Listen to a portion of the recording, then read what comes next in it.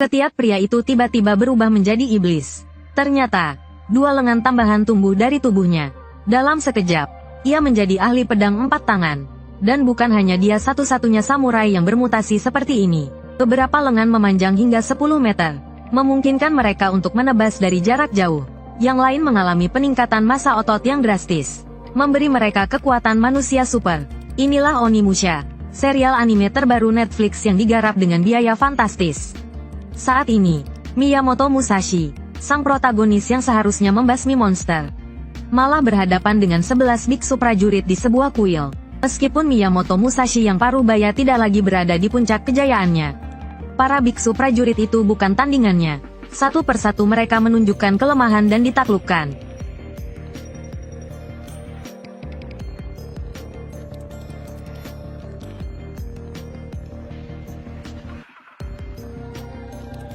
Tujuan kedatangannya kali ini adalah untuk meminjam benda suci kuil guna membasmi iblis. Dan yang selama ini dilindungi para biksu adalah tangan iblis yang dikurung. Konon, tangan iblis dapat memberikan kekuatan dahsyat kepada penggunanya untuk sementara waktu. Jika digunakan dengan benar, ia menjadi senjata ampuh. Namun, jika terjadi efek samping, penggunanya bisa kehilangan akal sehat karena energi tangan iblis. Kepala biara kini telah membuka segel tangan iblis. Tetapi peminjamannya tidak bisa sembarangan. Meskipun Miyamoto Musashi terkenal, mereka akhirnya mengirim biksu prajurit bernama Kaihin untuk mengawasinya. Seandainya Miyamoto mati, tangan iblis bisa segera diambil kembali. Maka, Miyamoto Musashi berangkat bersama 5 samurai dan seorang biksu, memulai perjalanan untuk membasmi iblis. Misi mereka kali ini adalah menumpas pemberontakan di sebuah desa atas perintah Tuan Tanah, dan menangkap samurai pemberontak, Ieyasu. Namun, firasatnya mengatakan, ada sesuatu yang tidak beres. Benar saja, di malam pertama perjalanan mereka, muncul seorang pengkhianat di antara kelima samurai. Dan Matsumoto, mantan guru Ieyasu, ternyata juga telah memihak musuh dan menantang Miyamoto Musashi untuk berduel 1 lawan 1. Namun, menunjukkan kelemahan di hadapan pendekar pedang terhebat di dunia, sama saja dengan bunuh diri. Pria tua itu tewas dengan 1 tebasan pedang. Namun, semuanya baru saja dimulai. Karena pengkhianat tidak hanya 1. Pria berlidah panjang yang paling pendiam di antara mereka ternyata adalah murid Ieyasu. Lidahnya yang kuat dan fleksibel adalah kemampuan khusus yang diberikan oleh iblis. Sekarang, ia ingin Miyamoto Musashi membayar nyawa gurunya, karena hanya rasa sakit yang dapat diingat dengan jelas. Tiba-tiba, lidah panjang monster itu menjerat pergelangan kaki Miyamoto. Kekuatan yang luar biasa membuat Miyamoto terbatuk darah, dan tubuhnya terseret puluhan meter. Ia baru saja berhasil memotong lidah yang melilitnya, tetapi lidah baru tumbuh dan menyerang seperti badai. Dengan kekuatan seperti itu, kematian Miyamoto hanyalah masalah waktu. Para samurai menyadari bahwa mereka harus membantu sang pendekar pedang. Saat monster itu teralihkan oleh api, biksu Kaihin akhirnya membuka peti harta karun. Saat tangan iblis dilemparkan ke udara, Miyamoto merasakan panggilan gaib. Saat keduanya menyatu, Miyamoto berubah menjadi orang yang berbeda. Dengan ilmu pedang yang dahsyat, ia memenggal kepala musuhnya. Kaihin kemudian menjelaskan fungsi tangan iblis. Ternyata, selain mengalahkan monster, ia juga menyerap jiwa musuh untuk meningkatkan kekuatannya. Namun, saat menyaksikannya secara langsung, kekuatan tangan iblis tetap terasa terlalu dahsyat. Dan saat Miyamoto menemukan celah dan bisa membunuhnya dalam 1 serangan, pria berlidah panjang itu akhirnya mati di tangan sang pendekar pedang. Dan Musashi Miyamoto sendiri mengalami efek samping yang kuat. Kekuatan yang melampaui manusia ini, jangankan sekali sehari, bahkan 3 hari sekalipun sulit baginya untuk mengendalikannya. Musashi Miyamoto akhirnya mengerti bahwa dalam misi ini pasti akan ada banyak monster yang menghalangi, dan bagaimana dia harus menghadapi mereka selanjutnya menjadi masalah terbesar saat ini. Dia adalah samurai terkuat setelah reinkarnasi dari Kegare, teknik 4 pedang yang tidak pernah dia kuasai semasa hidupnya. Sekarang, dengan evolusinya, memungkinkannya untuk menggunakannya sesuka hati. Meskipun tertusuk, tubuhnya dapat pulih dengan cepat seperti pohon kering yang kembali hidup. Dan samurai yang bermutasi seperti dia tidak sedikit jumlahnya. Pria berlidah panjang yang baru saja muncul, lidahnya sekeras pedang dan tombak. Pada akhirnya, dia mati di tangan pedang Musashi Miyamoto, pendekar pedang nomor 1 di dunia. Versi Musashi ini menguasai kekuatan magis dari artefak iblis, tangan dalam sangkar. Selama dia terus menebas makhluk jahat, kekuatan tangan iblis itu akan terus meningkat, memberikan penggunanya kekuatan yang melampaui manusia. Namun, penggunaan pertama Musashi mengakibatkan efek samping yang kuat. Diperkirakan dia tidak akan bisa menggunakan kemampuannya selama 3 hari. Dia segera membawa 3 samurai yang tersisa dan Biksu Kaiyun. Misi awal mereka adalah untuk memadamkan pemberontakan di desa. Tetapi ketika mereka tiba di lokasi, tidak ada seorang pun di sekitar. Bahkan para samurai yang ditempatkan di desa itu juga menghilang. Dari semua tanda yang ada, para samurai dan penduduk desa telah bertempur. Pada akhirnya, mereka semua menghilang. Dan banyaknya bubuk mesiu yang tersisa, serta medan pegunungan yang tersembunyi. Mereka hampir yakin bahwa para samurai dan penduduk desa yang melarikan diri bersembunyi di pegunungan. Tiba-tiba, seorang gadis kecil, satu-satunya yang selamat, muncul. Mereka akhirnya mengetahui tragedi yang terjadi di desa ini. Ternyata desa ini hidup dari penambangan besi dan tembaga. Suatu ketika, bongkahan emas ditemukan secara tidak sengaja di belakang gunung, membuat seluruh penduduk desa melihat harapan untuk menjadi kaya dalam semalam. Namun, emas dalam jumlah besar ini tidak dapat dijual keluar. Maka, seluruh penduduk desa melaporkan hal ini kepada penguasa wilayah, dan berharap mendapatkan hadiah yang besar. Namun, yang datang justru perintah penguasa wilayah untuk membunuh mereka semua. Tetapi kali ini, ada perubahan pada samurai yang dikirim untuk membunuh. Iemon akhirnya mengkhianati organisasinya, dan bahkan membentuk kelompoknya sendiri dengan penduduk desa, berencana untuk membangun benteng mereka sendiri. Tetapi ternyata ada monster di dalam tambang emas. Monster itu bekerja sama dengan Iemon dan mengubah penduduk desa, termasuk orang tua gadis kecil itu. Saat Musashi berjanji untuk membalaskan dendamnya, makhluk mengerikan seperti gelombang pasang muncul dari hutan. Gadis kecil itu menatap semua ini dengan tak percaya. Tetapi Musashi sudah mulai menebas makhluk-makhluk jahat itu. Samurai Kankuro dan si gemuk yang bersamanya juga tidak kalah kuat. Kankuro memiliki teknik pedang matang miliknya sendiri. Dan si gemuk yang tampak biasa saja, ternyata adalah seorang pelatih elang yang langka. 2 elangnya terus membantu mereka, sehingga mereka hampir tidak terancam sama sekali. Tetapi gelombang pasang yang tak henti-hentinya ini pada akhirnya akan menguras tenaga semua orang. Musashi memutuskan untuk menggunakan aura kehidupan dirinya dan gadis kecil itu, untuk menarik gerombolan makhluk itu mendekat. Dan tempatnya adalah kamar tempat gadis itu dulu tinggal. Semua makhluk itu perlahan berkumpul, dan semuanya berjalan sesuai rencananya.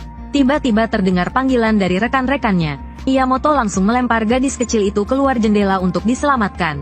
Sementara Haikuan membawa mesiu dan melemparkannya ke dalam ruangan. Ya, mereka berencana meledakkan mesiu di sekitar. Tuan Musashi.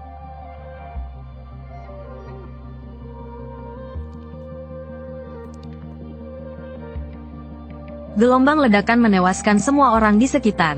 Dan dalang di balik semua ini malah semakin bersemangat. Saat mereka beristirahat di tepi sungai, musuh kembali melepaskan lebih banyak mayat hidup. Dari pakaian mereka, tampaknya mereka dulunya adalah tentara pemerintah. Hanya saja tidak diketahui mengapa mereka menjadi seperti ini. Kekuatan Miyamoto saat ini terkuras. Dia tidak bisa dengan cepat menyapu bersih medan perang. Sebagian besar pertempuran harus diserahkan kepada Xiao Pang dan elangnya.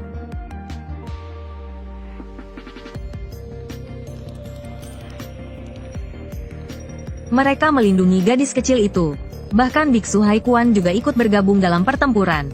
Akhirnya mereka menang, dan Xiao Pang akhirnya memutuskan, bagaimanapun situasinya, dia akan menangkap pengkhianat Ieyasu. Namun, baru saja dia bicara, sebuah tombak besar menembus elang, dan langsung menusuk jantung Xiao Pang.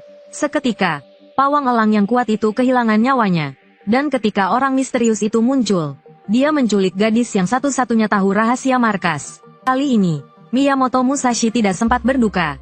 Dia langsung mengejar petunjuk yang ditinggalkan orang misterius itu. Lengan pria itu dengan cepat berubah menjadi iblis. Seluruh tubuhnya tiba-tiba memanjang seperti belalang sembah.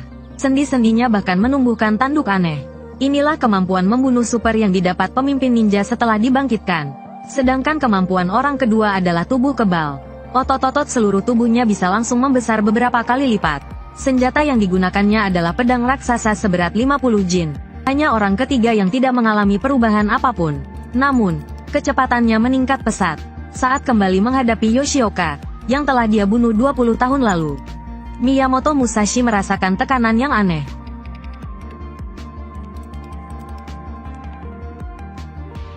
Hanya dengan 3 jurus, Miyamoto langsung kalah. Inilah tebasan 3 tahap aliran Yoshioka. Konon, seseorang hanya bisa menghindari 2 tebasan dari arah berbeda dalam 1 detik. dan serangan sisanya harus ditahan dengan tubuhnya sendiri. Saat ini, rekan-rekan lainnya sedang sibuk menyelamatkan gadis kecil yang terjebak di dalam lonceng besar. Pertempuran di tempat kejadian hanya bisa diandalkan oleh Miyamoto seorang diri. Tiba-tiba, dia mendengar panggilan dari tangan iblis. Ternyata monster di depannya diciptakan oleh iblis. Kali ini, Miyamoto memilih untuk menyerang lebih dulu. Sambil mengganggu ritme pertempuran lawan, dia mencari celah untuk membunuh dengan satu serangan. Tapi musuh tidak sebodoh itu. Meskipun harus menderita luka kecil, mereka tidak akan mengacaukan jurus mereka. Tebasan 3 tahap pedang raksasa orang kedua kembali datang menerjang. Dan kali ini, Miyamoto menggunakan kekuatan tangan iblis untuk menahannya. Namun, dampak yang kuat juga melukai leher Miyamoto. Jika terus begini, kekalahan hanyalah masalah waktu. Tiba-tiba, Biksu Haikuan membuat keputusan yang melanggar leluhurnya. Ya, dia akan mengorbankan dirinya untuk menyelamatkan gadis kecil di dalam. Selama salah satu dari mereka bisa membantu, memberi Miyamoto kesempatan untuk menggunakan tebasan ketiganya, maka mereka semua masih memiliki harapan untuk hidup. Membaca mantra hati sutra Prajnaparamita. Sementara itu, karena pingsan, Miyamoto Musashi telah sepenuhnya dikuasai oleh tangan iblis. Luka yang tadi mengucurkan darah tiba-tiba menghilang. Matanya pun memerah seperti mata iblis. Ketiga bersaudara itu menyerang lagi. Namun, si bungsu tewas seketika pada tebasan pertama. Tebasan kedua juga langsung menewaskan si sulung. Tapi, Miyamoto hanya punya 2 pedang. Sedangkan tebasan ketiga, 3 tebasan berturut-turut, tak bisa dihindari bahkan oleh iblis sekalipun. Tiba-tiba, sebuah panah melesat, seakan memberi harapan hidup bagi Miyamoto. Namun, panah itu ditangkis oleh si sulung. Saat musuh mengira mereka telah menang, elang dari kemarin datang untuk balas dendam. Serangan si bungsu pun benar-benar kacau. Saat Miyamoto bisa bernapas lega, tebasan ketiganya pun langsung meluncur.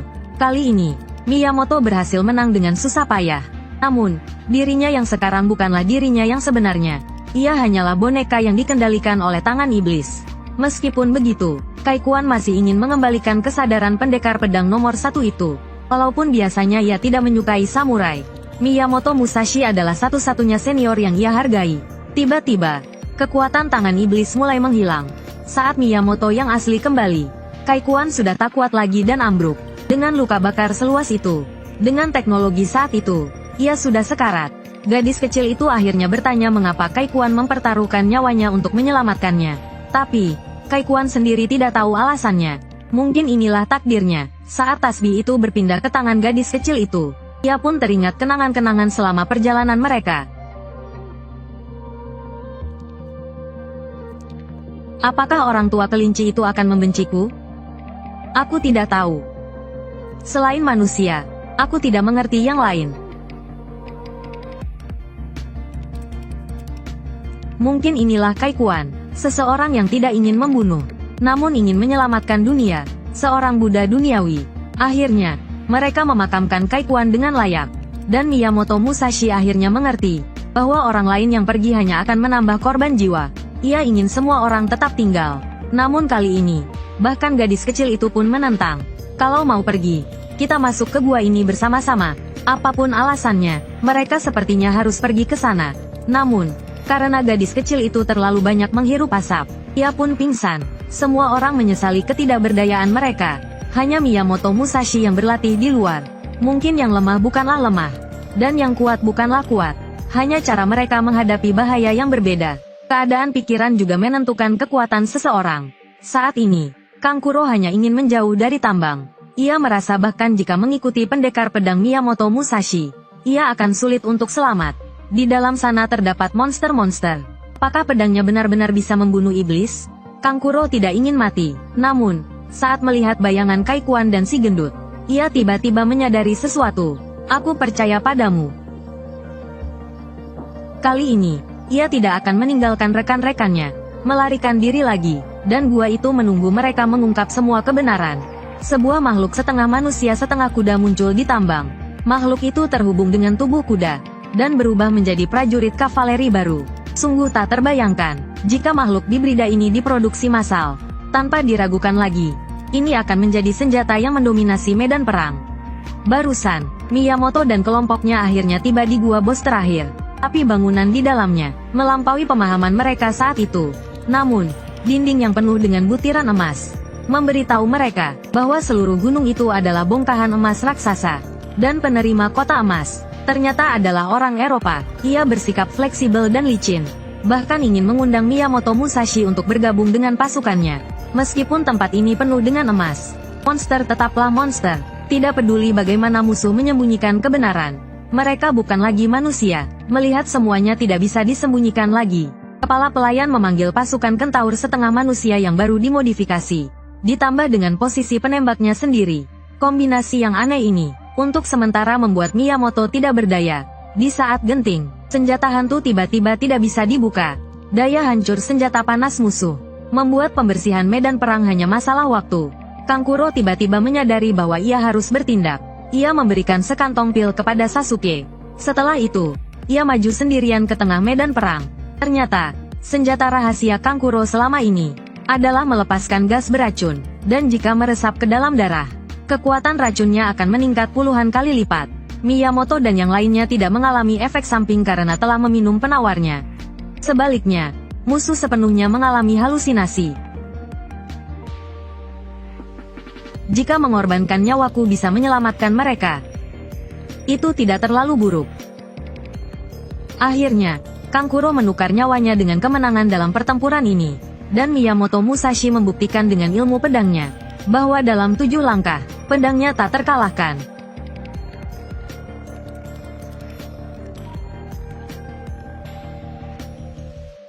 Miyamoto Musashi tidak tahu berapa kali lagi ia harus mengalami hal seperti ini. Penempur pedang tak terkalahkan itu pun merasa bingung. Tiba-tiba, orang tua gadis kecil itu muncul di medan perang. Ini seharusnya menjadi sesuatu yang membahagiakan, tetapi ekspresi mereka seperti dikendalikan, dan mulai mencoba membunuh gadis itu. Tidak diragukan lagi, bos sebenarnya, Ieyasu, masih bermain-main. Dan bagaimana Miyamoto Musashi akan memecahkan masalah ini? Tuan Samurai, tolong bunuh kami. Kalau tidak, kami akan membunuh saya. Jangan bunuh mereka, Musashi. Akhirnya, Miyamoto membuat keputusan yang bertentangan dengan prinsip Bushido-nya. Pada saat yang sama, bos terakhir, Ieyasu, muncul. Ia ingin melihat Miyamoto mengkhianati prinsip Bushido-nya, agar ia bisa menjadikannya senjata di bawah kendalinya, dan ia akan menciptakan dunia tanpa samurai. Begitu pasukan monsternya keluar, bukan hanya menguasai Jepang, Eropa juga akan menjadi bagian dari wilayah kekuasaannya. Tapi sebelum ia selesai bicara, samurai jenius yang dibangkitkan, Sasaki Kojiro, mencincangnya berkeping-keping. Ini bos terakhir paling menyedihkan yang pernah kulihat. Belum sempat bertarung, ia sudah dipotong-potong oleh samurai yang ia bangkitkan. Dan selanjutnya adalah duel hidup mati antara pendiri aliran 2 pedang, Miyamoto Musashi, dan pendekar pedang jenius, Sasaki. Ia pernah mati sekali, dan kali ini, secara tak terduga, ia hidup kembali. Dia kembali dengan teknik pedang 4. Siapapun yang pernah bermain Miyamoto Musashi tahu, dalam bentuk bebasnya, dia benar-benar tak tertandingi. Baru saja, Miyamoto Musashi membunuh orang tua gadis kecil itu. Dan di saat hatinya hancur, musuh terakhir yang dia hadapi ternyata adalah Sasaki Kojiro. Dia yang terlahir kembali ini, kini kembali dengan teknik pedang 4. Membuat Miyamoto Musashi kesulitan untuk sementara waktu. Tetapi karena terlalu banyak boneka di sekitar, kedua ahli pedang ini ingin mencari tempat yang tenang untuk duel sampai mati. Dan ketika satu-satunya jalan keluar terputus, Sasaki menggunakan jurus andalannya, Tsubame Gaeshi, pedang iblis, badai burung layang-layang.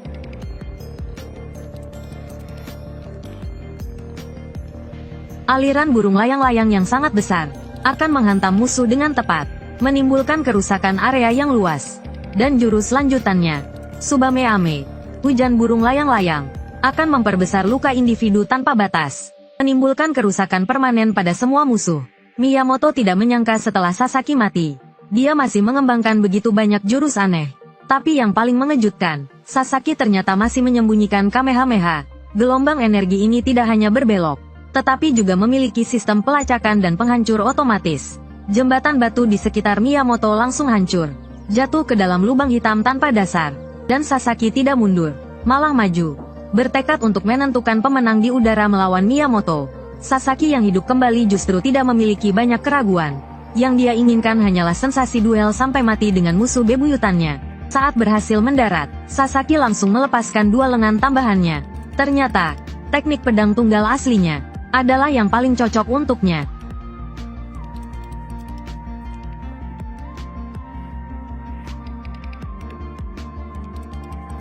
Melihat Sasaki yang begitu bersemangat, Miyamoto Musashi Parubaya juga bersiap untuk bertarung habis-habisan.